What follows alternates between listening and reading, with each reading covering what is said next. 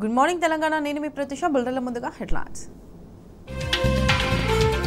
రాబోయే 5 ఏళ్లలో 44,000 మంది రాష్ట్ర ప్రభుత్వ ఉద్యోగుల రిటైర్మెంట్లు. వచ్చే ఏడాది మార్చిలో రిటైర్ కానున్న 8,194 మంది.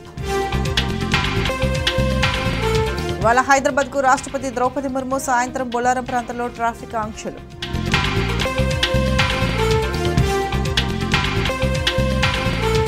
రాజస్థాన్ సికార్లో బస్సు కారు ఢీ. 5 మృతి, 3 గాయాలు.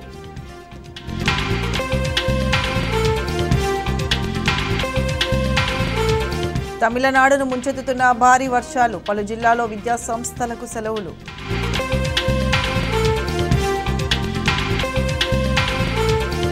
మెక్సికోలో క్రిస్మస్ పార్టీలో దుండగుడి కాల్పులు. 16 మంది మృతి, పలువురికి గాయాలు.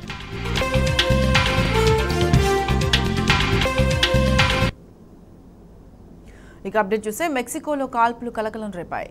గ్వానాజువాడాలో ఓ క్రిస్మస్ పార్టీలోకి చొరబడ్డ అగంతకుడు రెచ్చిపోయాడు. పార్టీలో పాల్గొన్న వారిపై విచక్షణ రహితంగా కాల్పులు జరిపాడు. ఈ ఘటనలో 16 మంది మృతి చెందగా పలువురు తీవ్రంగా గాయపడ్డారు. ఘటనా స్థలిలో సహాయక చర్యలు చేపట్టిన పోలీసులు గాయపడిన వారిని స్థానిక హాస్పిటల్స్కు తరలించారు. పరారీలో ఉన్న నిందితుడి కోసం గాలిస్తున్నారు.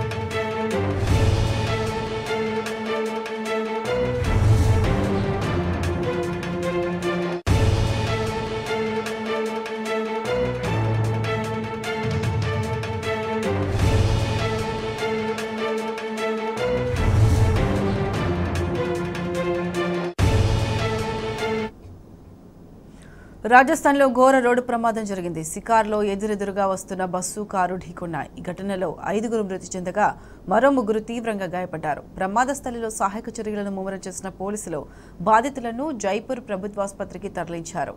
మృతుల వివరాలపై ఆరా తీస్తున్నారు. ఈ ఘటనపై తీవ్ర దిగ్భ్రాంతి వ్యక్తం చేసిన రాజస్థాన్ సీఎం మృతుల కుటుంబాలకు సంతాపం ప్రకటించారు.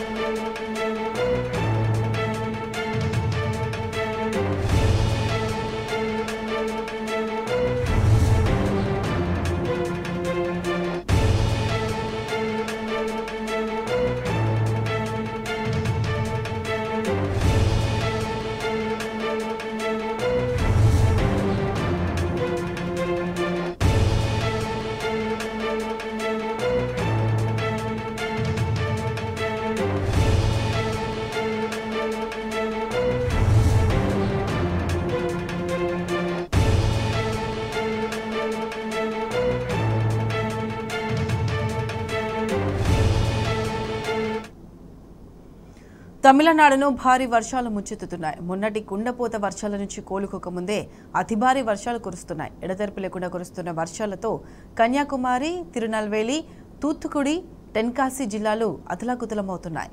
వర్షాలు వరదల తాకిడికి పలు ప్రాంతాలు చెరువులను తలపిస్తున్నాయి. దీంతో జనం బయటకు రావాలంటే భయపడుతున్నారు.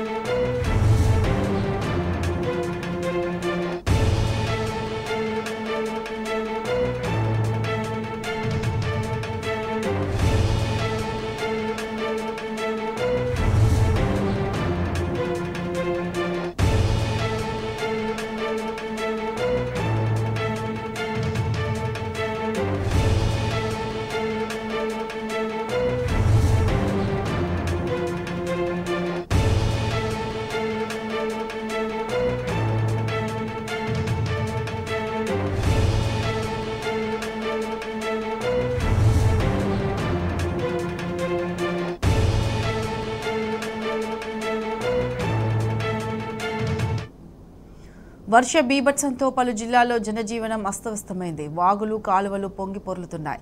రోడ్లపై మోకాళ్ల లోతు చేరిన నీటితో వాహనదారులు ఇబ్బందులు పడుతున్నారు. మరోవైపు రానున్న రోజుల్లో భారీ నుంచి అతి భారీ వర్షాలు కురుస్తాయని హెచ్చరించింది ఐఎండీ. దీంతో అప్రమత్తమైన స్టాలిన్ సర్కార్ ముంపు ప్రాంతాల్లో సహాయక చర్యలను వేగవంతం చేయాలని అధికారులను ఆదేశించింది. వర్ష ప్రభావిత జిల్లాలో విద్యా సంస్థలకు, ప్రభుత్వ, ప్రైవేటు కార్యాలయాలకు సెలవులు ప్రకటించింది.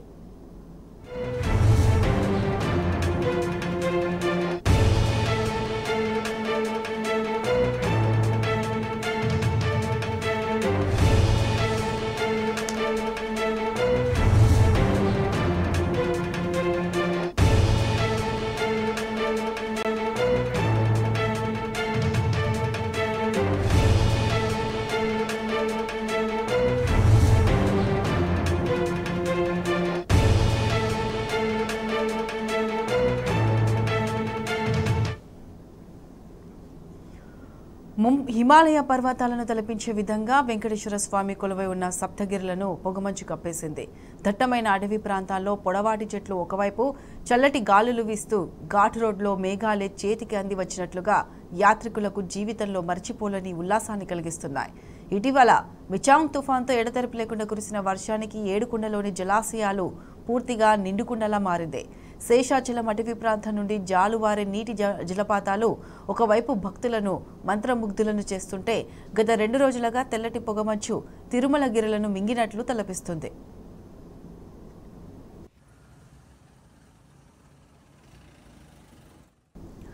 ఘాట్ రోడ్తో పాటుగా తిరుమలగిరిలో పొగమంచు, ప్రకృతి సోయగాలు యాత్రికులను ఎంతోగానో కనువిందు చేస్తున్నాయి. ఏడుకొండలను మంచు దుప్పటి కమ్మివేసే అద్భుత దృశ్యం భక్తుల మదిని ఎంతోగానో ఆకట్టుకుంటుంది. అధిక మంచుతో గత కొద్ది రోజులుగా తిరుమలలో చలి తీవ్రత అధికంగా పెరిగింది. గత 2 రోజులుగా తిరుమల ఘాట్ రోడ్తో పాటుగా తిరుమలగిరిలు మొత్తం మంచుతో కప్పుకున్నాయి. వైకుంఠంను తలపించేలా మంచు పొగ తిరుమలను వ్యాపించి ఉండడం చూసి యాత్రికులు ఎంజాయ్ చేస్తున్నారు. మంచుతో మేఘాలు స్వయంగా భూమిపై దిగివచ్చినట్లు కనిపించే సరికొత్త వాతావరణం శ్రీనివాసుడి భక్తులను ఎంతోగానో ఆకట్టుకున్నాయి.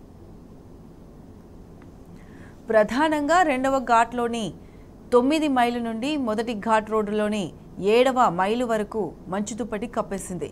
శ్రీవారి ఆలయంతో పాటుగా పరిసర ప్రాంతాల్లో పొగమంచు కమ్మేయడంతో భక్తులకు నూతన అనుభూతులు కలిగిస్తుంది. కష్టాలను తొలగించే పెరిమాల్ దర్శనంతో పాటుగా తిరుమల ప్రకృతి సోయగాలను చూసి భక్తులు ఎంతోగానో మురిసిపోతున్నారు. సాధారణంగానే శ్రీవారి భక్తుల మనసును ఆకర్షించే తిరుమల ఉద్యానవనాలను పొగమంచు కప్పేయడంతో భక్తులను మంత్రముగ్ధులను చేస్తుంది. శేషాచల కొండలు మంచు పొగ కమ్మేయడంతో భక్తులకు కనువిందుతో పాటుగా ఇబ్బందులను తెచ్చిపెడుతుంది.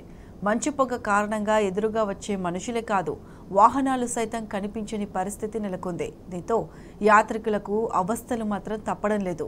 మరీ ముఖ్యంగా ఘాట్ రోడ్లో ప్రయాణించే వాహనదారులు పొగమంచు కారణంగా ఇబ్బంది ఎదుర్కోవాల్సి వస్తుంది.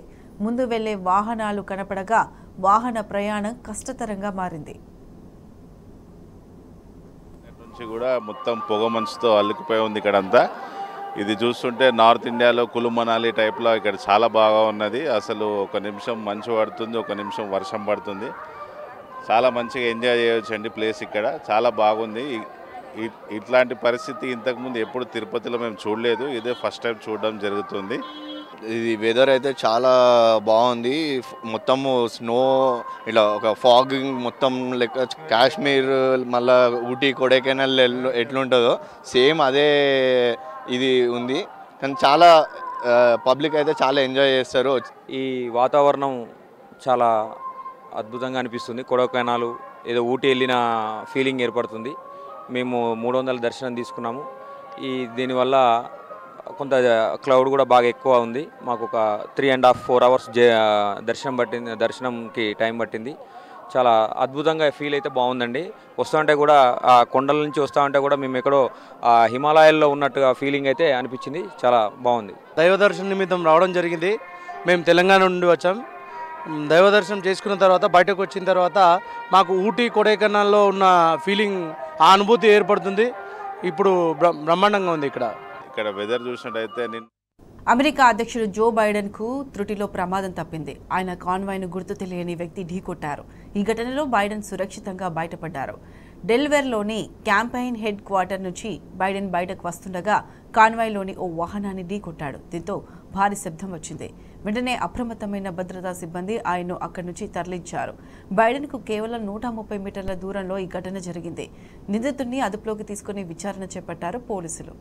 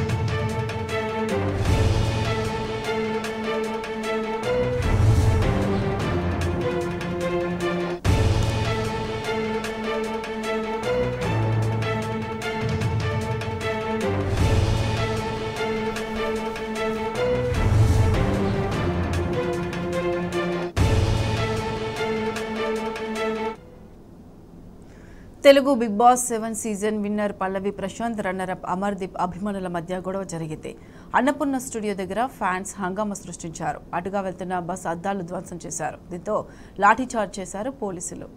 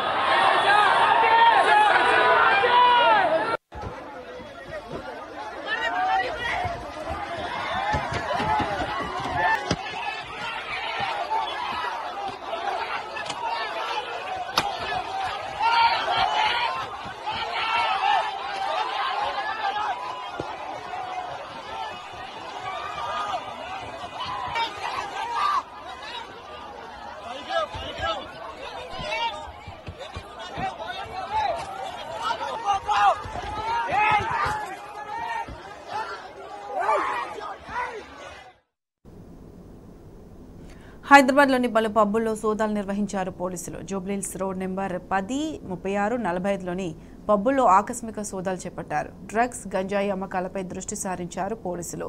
స్నిప్పర్ డాగ్స్ను వెంటబెట్టుకుని సోదాలు చేపట్టారు.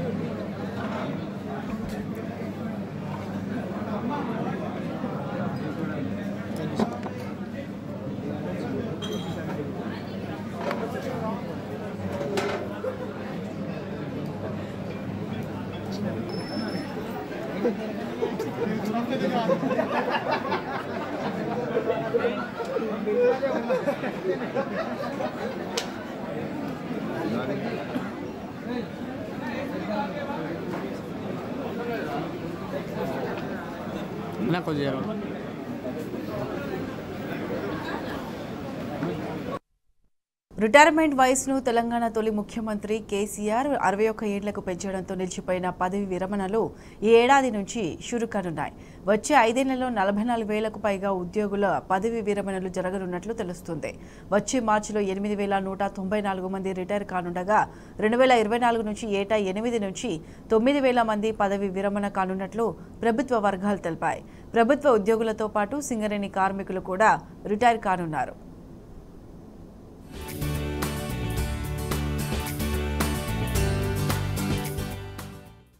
రానున్న మార్చి 31 తర్వాత రాష్ట్రంలో ప్రభుత్వ ఉద్యోగుల పదవీ విరమణలు పునఃప్రారంభం కానున్నాయి. కేసీఆర్ ప్రభుత్వం పదవీ విరమణ వయస్సును 61 ఏళ్లకు పెంచిన తర్వాత తొలి బ్యాచ్ రిటైర్మెంట్లు 2024 మార్చి 31 నుంచి ప్రారంభం కానున్నాయి. 2024 మార్చి నుంచి డిసెంబర్ వరకు 8,194 మంది, 2025లో 9,213 మంది, 2026లో 9,231 మంది, 2027లో 8,917 మంది, 2028లో 8,496 మంది చొప్పున ఉద్యోగులు పదవీ విరమణ పొందనున్నట్టు సమాచారం. మొత్తంగా రాబోయే 5 ఏళ్లలో 44,051 మంది ఉద్యోగులు పదవీ విరమణ పొందనున్నారు.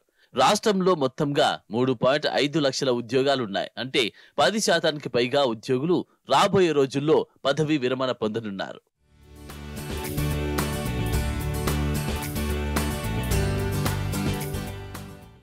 తెలంగాణ రాష్ట్ర ఏర్పాటు తర్వాత ఉద్యోగుల విభజనలో భాగంగా కొంతమంది ఉద్యోగులను తెలంగాణకు, మరికొందరిని ఆంధ్రప్రదేశ్కు కేటాయించారు. ఈ నేపథ్యంలో తెలంగాణలోని కీలక శాఖల్లో ఉద్యోగుల కొరత ఏర్పడింది. దీనికి తోడు ఏటా వేలాది మంది ఉద్యోగులు పదవీ విరమణ పొందాల్సి ఉండడంతో ప్రభుత్వ విభాగాలన్నిటిలో ఉన్నతోద్యోగుల కొరత తలెత్తకుండా నివారించేందుకు కేసీఆర్ ప్రభుత్వం వ్యూహాత్మకంగా వ్యవహరించింది. పదవీ విరమణ వయసు 58 నుంచి 61 ఏళ్లకు పెంచుతూ 2021 మార్చిలో ఉత్తర్వులు జారీ చేసింది. అప్పటి నుంచి ప్రభుత్వ శాఖలతో పాటు గ్రాంట్ ఇన్ ఎయిడ్ సంస్థలు, సొసైటీలు, కార్పొరేషన్లు, ఇతర సంస్థలు, వర్సిటీల్లో ఏ ఒక్కరూ పదవీ విరమణ పొందలేదు. ప్రభుత్వ ఉద్యోగులతో పాటు సింగరేణి కార్మికుల పదవీ విరమణ వయసు సైతం 61కి పెంచింది. సింగరేణిలో కూడా మార్చి 31 నుంచి పదవీ విరమణలు ప్రారంభం కానున్నాయి.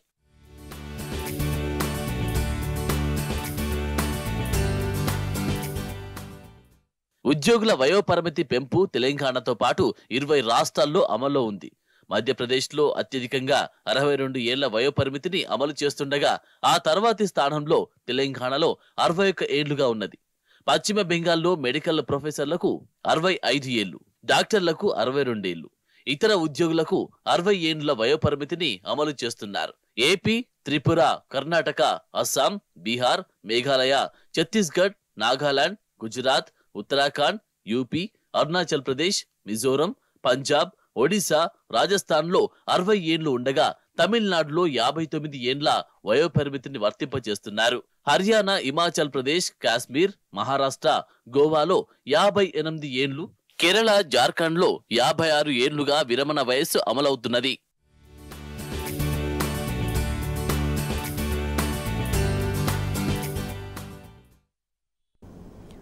మాజీ ప్రధాని దివంగత పివి నరసింహారావుపై కాంగ్రెస్ నేతలు మరోసారి విషం చిమ్మారు.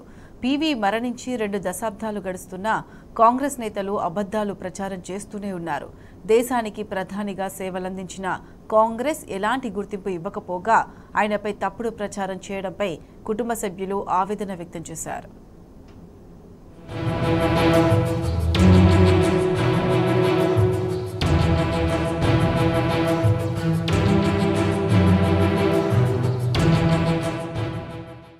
మాజీ ప్రధాని దివంగత పివి నరసింహారావు ఆత్మను కాంగ్రెస్ నేతలు మరోసారి క్షోభ పెడుతున్నారని ఆయన కుటుంబ సభ్యులు ఆగ్రహం వ్యక్తం చేస్తున్నారు. పివి మరణించి దాదాపు 2 దశాబ్దాలు గడుస్తున్నా ఇప్పటికీ పదే పదే పచ్చి అబద్ధాలు చెబుతూ అవమానిస్తున్నారని రగిలిపోతున్నారు. పివి మరణానంతరం ఆయన అంత్యక్రియలు ఢిల్లీలోనే నిర్వహించాలని కుటుంబ సభ్యులు పట్టుబట్టారు. కానీ అప్పటి కాంగ్రెస్ సీనియర్ నేత ఒకరు అది సాధ్యం కాదని చెప్పి పార్థివ దేహాన్ని హైదరాబాద్కు పంపించారు. ఢిల్లీలో పివి స్మారకం నిర్మించాలన్న డిమాండ్ కూడా కాంగ్రెస్ పట్టించుకోలేదు. మాజీ ప్రధానులందరికీ ఢిల్లీలో ప్రత్యేకంగా ఘాట్లు నిర్మించినా ఇప్పటికీ పివికి ప్రత్యేకంగా ఇలాంటి స్మారకం నిర్మించలేకపోవడం ఆ పార్టీ పెద్దలు తెలంగాణ బిడ్డ పివిని అవమానించిన తీరుకు నిదర్శనం. పివి విషయంలో నాడు కేంద్రంలో, రాష్ట్రంలో అధికారంలో ఉన్న కాంగ్రెస్ తీవ్ర అన్యాయం చేసిందనేది ఎవరు కాదనలేని వాస్తవం. నిజానికి కేసీఆర్ ప్రభుత్వం వచ్చిన తర్వాతనే హైదరాబాద్లో పివి విగ్రహం ఏర్పాటు చేసింది. తెలంగాణతో పాటు దేశ విదేశాల్లో పివి శత జయంతి ఉత్సవాలను ఘనంగా నిర్వహించింది.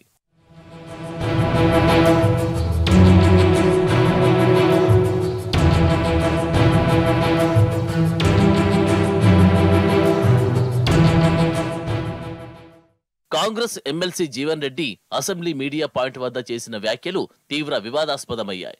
పివి మరణానంతరం ఆయన కుటుంబ సభ్యుల విజ్ఞప్తి మేరకే పార్థివ దేహాన్ని హైదరాబాద్కు తరలించినట్టు జీవన్ రెడ్డి చెప్పుకొచ్చారు. ఈ వ్యాఖ్యలపై పివి కుటుంబ సభ్యులు బగ్గుమన్నారు. జీవన్ రెడ్డి చెప్పినవన్నీ పచ్చి అబద్ధాలని పివి కూతురు ఎమ్మెల్సీ సురభి వాణిదేవి కుండబద్దలు కొట్టారు. ఆయన పార్థివ దేహాన్ని హైదరాబాద్కు తీసుకెళ్తామని మా కుటుంబంలో ఎవరూ చెప్పలేదు. వాస్తవానికి హైదరాబాద్కు తీసుకురాకుండా అడ్డుకోవడానికి ప్రయత్నించాం. కానీ కాంగ్రెస్ పెద్దల ఆదేశం మేరకు మా ఇష్టానికి వ్యతిరేకంగా బలవంతంగా ఆయన పార్థివ దేహాన్ని హైదరాబాద్కు తరలించారు. ఆయనకు ఢిల్లీలో ప్రత్యేకంగా స్మారకం నిర్మిస్తామని అప్పట్లో మాకు హామీ ఇచ్చారు. కానీ ఢిల్లీలో కానీ హైదరాబాద్లో కానీ ఇప్పటి వరకు పివికి ఎలాంటి స్మారకం నిర్మించలేదు అని ఆగ్రహం వ్యక్తం చేశారు. అసలు ఇప్పుడు ఈ విషయాన్ని లేవనెత్తాల్సిన అవసరం లేదని స్పష్టం చేశారు. జీవన్ రెడ్డి నాటి చీకటి రోజులను మళ్లీ గుర్తుకు తెస్తూ క్షోభ పెడుతున్నారు అని ఆవేదన వ్యక్తం చేశారు.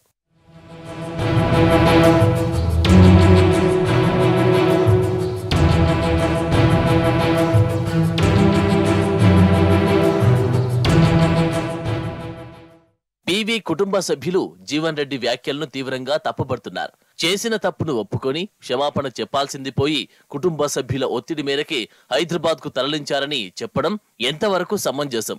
ఒకవేళ అదే నిజమైతే కుటుంబ సభ్యుల్లో ఎవరు ఒప్పుకున్నారో జీవన్ రెడ్డి చూపించగలరా? కనీసం ఏదైనా సాక్ష్యం ఉందా? ఈ ఘటన జరిగిన సమయంలో ఆయన ఎక్కడున్నారు అని ప్రశ్నించారు. దీనిపై వారు కాంగ్రెస్ కు చెందిన ఓ సీనియర్ నేతకు స్వయంగా ఫోన్ చేసి ఆవేదన వ్యక్తం చేసినట్టు సమాచారం. మీ రాజకీయాల్లోకి అనవసరంగా పివిని ఎందుకు వాడుకుంటున్నారు?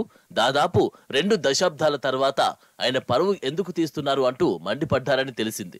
ఆ రోజు ఢిల్లీలో మాకు జరిగిన అనుభవం ఏంటో ప్రజలకు చెప్తే కాంగ్రెస్ నేతలు తలెత్తుకొని తిరగలేరు. 6 దశాబ్దాల పాటు నిస్వార్థంగా చిత్తశుద్ధితో పార్టీకి సేవ చేసిన వ్యక్తి పట్ల నాటి కాంగ్రెస్ అధినాయకత్వం వైఖరి బయటపడితే మీ పరువు పోతుంది అని సున్నితంగా హెచ్చరించినట్టు తెలిసింది. దీంతో ఆ సీనియర్ నేత వారి ఆవేదన సరైందేనని ఒప్పుకుంటూ క్షమాపణ కోరినట్టు సమాచారం. తమ పార్టీకి చెందిన నేతలు ఈ విషయంలో మాట్లాడకుండా ఉండాల్సిందని ఆ నేత అభిప్రాయపడ్డట్టు తెలిసింది.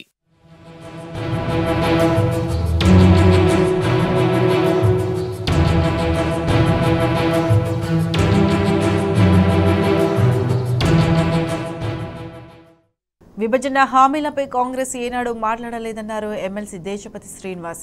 7 మండలాలను కేంద్రం ఏపీలో కలిపిందని దానిపై పోరాటం చేసింది బీఆర్ఎస్ అని దేశపతి శ్రీనివాస్ గుర్తు చేశారు.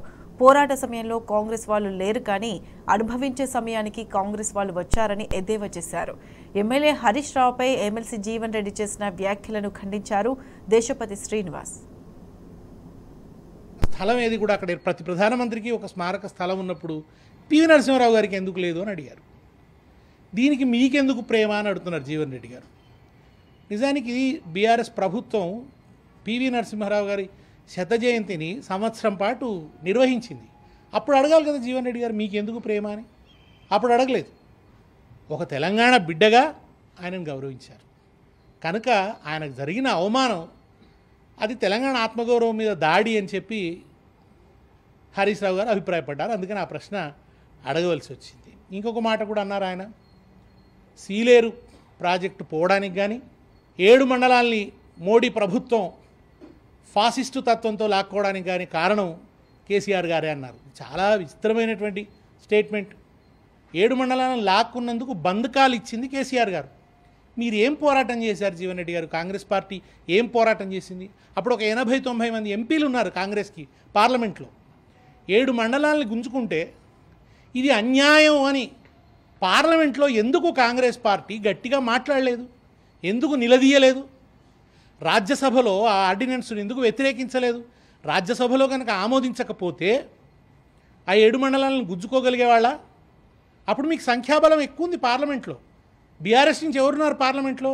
ఒక కేకే గారు తప్ప ఎవరు లేరు. అప్పుడు ఆపాల్సింది మీరు, అప్పుడు అడ్డుకోవాల్సింది మీరు. పార్లమెంట్లో మీకు ఆ బలం ఉంది, మీరు ఆ పోరాటం చేయలేదు. మీ సహకారంతోనే బీజేపీ ప్రభుత్వం లాక్కున్నది. మీ మౌనమే ఒక కుమ్మక్కు. మీరు కుమ్మక్కు కావడం వల్లనే 7 మండలాలను గుంజుకోగలిగినరు, సీలేరును కూడా గుంజుకోగలిగినరు. విభజన హామీల గురించి పోరాడలేదని అంటున్నారు. నిజానికి విభజన హామీల గురించి పార్లమెంట్లో పోరాడింది బీఆర్ఎస్. మీరెప్పుడు కలిసి రాలేదు, మీరెప్పుడు ఒక ప్రశ్న వేయలేదు. పక్క రాష్ట్రానికి ఇవ్వాల్సినటువంటి విద్యుత్ బకాలు ఇవ్వాలని చెప్పి మోడీ ప్రభుత్వం హుకుం జారీ చేస్తే ఒక్క మాట కూడా పార్లమెంట్లో మాట్లాడలేదు. ఒక్క కాంగ్రెస్ ఎంపీ కూడా మాట్లాడలేదు. తెలంగాణకు కోచ్ ఫ్యాక్టరీ ఇవ్వాలని కాంగ్రెస్ ఎంపీలు ఎవరన్నా పార్లమెంట్లో అడిగిరా? పార్లమెంట్ రికార్డులు తిరిగేయండి. ఇప్పుడు ఉందా ఆ ప్రశ్న? ఉందా? ఉత్తమ్ కుమార్ రెడ్డి గారు అడిగింది కాళేశ్వరంలో అవినీతి జరిగిందని కేంద్ర ప్రభుత్వాన్ని పార్లమెంట్లో అడిగినారు తప్ప ఎందుకు తెలంగాణకు కోచ్ ఫ్యాక్టరీ ఇవ్వరు అని అడగలేదు. ఎందుకు తెలంగాణకు ఒక్క మెడికల్ కాలేజీ అన్నా ఇవ్వలేదు అని అడగలేదు. ఒక్క నవోదయ స్కూల్ అన్నా ఎందుకు ఇవ్వలేదు అని చెప్పి అడగలేదు. లేదా గిరిజన యూనివర్సిటీ ఎందుకు పెట్టరు అని చెప్పి అడగలేదు. విభజన బిల్లులో ఉన్న హామీలకు సంబంధించి పోరాడినా, లేఖలు రాసినా, కొట్లాడినా అది బీఆర్ఎస్ఏ కొట్లాడింది. తెలంగాణ హక్కులకు సంబంధించిన ఏ సమస్య వచ్చినా బీఆర్ఎస్ఏ పోరాడింది. బియ్యం కొనమన్నారు, యాసంగి బియ్యం కొనమన్నారు. కాంగ్రెస్ వాళ్ళు ఏం మాట్లాడారు? అప్పుడు పోరాటం చేసింది ఎవరు? అప్పుడు కూడా బీఆర్ఎస్ఏ మళ్ళీ పోరాటం చేయవలసి వచ్చింది. పోరాట సమయంలో మీరు లేరు, హక్కుల సమయంలో మీరు లేరు, అనుభవించే దగ్గరికి మాత్రమే మీరు వచ్చిండ్రు. బీఆర్ఎస్ని తిడితే కాంగ్రెస్లో మీకు స్థానం పెరుగుతుంది కావచ్చు. మీరు కరీంనగర్ ఉప ఎన్నిక సందర్భంలో కేసీఆర్ గారిని తిట్టారు, ఫలితంగా మీరు మంత్రి కాగలిగారు. ఇప్పుడు కూడా మీరు బీఆర్ఎస్ని తిడితే మంత్రి అవుతారేమో, బహుశా ఆ లక్ష్యం ఏమన్నా ఉన్నదేమో. జీవన్ రెడ్డి గారు హరీష్ రావు గారి గురించి చేసిన వ్యాఖ్యల్ని నేను తీవ్రంగా ఖండిస్తున్నాను.